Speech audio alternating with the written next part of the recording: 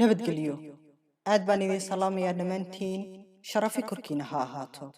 anigu waxaan haystaa cali macalin ibraahim waa barnaamijkii xigmadaha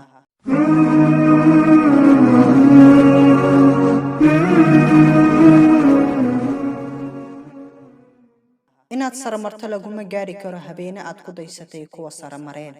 balse inaad ka dabciirato waxay ku saramareen ayaad ku gaari kartaa hamiga aad nolosha ka leedahay adduunyadu waa been qurux badan dhimashaduna waa run qaraar badan aakhirana waa meeshii xaqiiqda ahayd ee ku dadaal xusuustooda u dhawaanshaha rabbi kuma xirna jismi weynaan qurux iyo qabiil ee waa sida rabbi loo caabudo laguna toobad keeno afar qofood la jir mid kuu muujiya wanaagiisa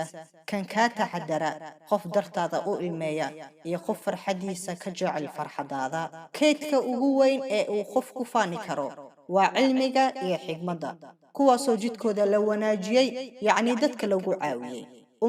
ummad timaado kala firdhisanaan ilaa iyo waxaa ku bata isdilka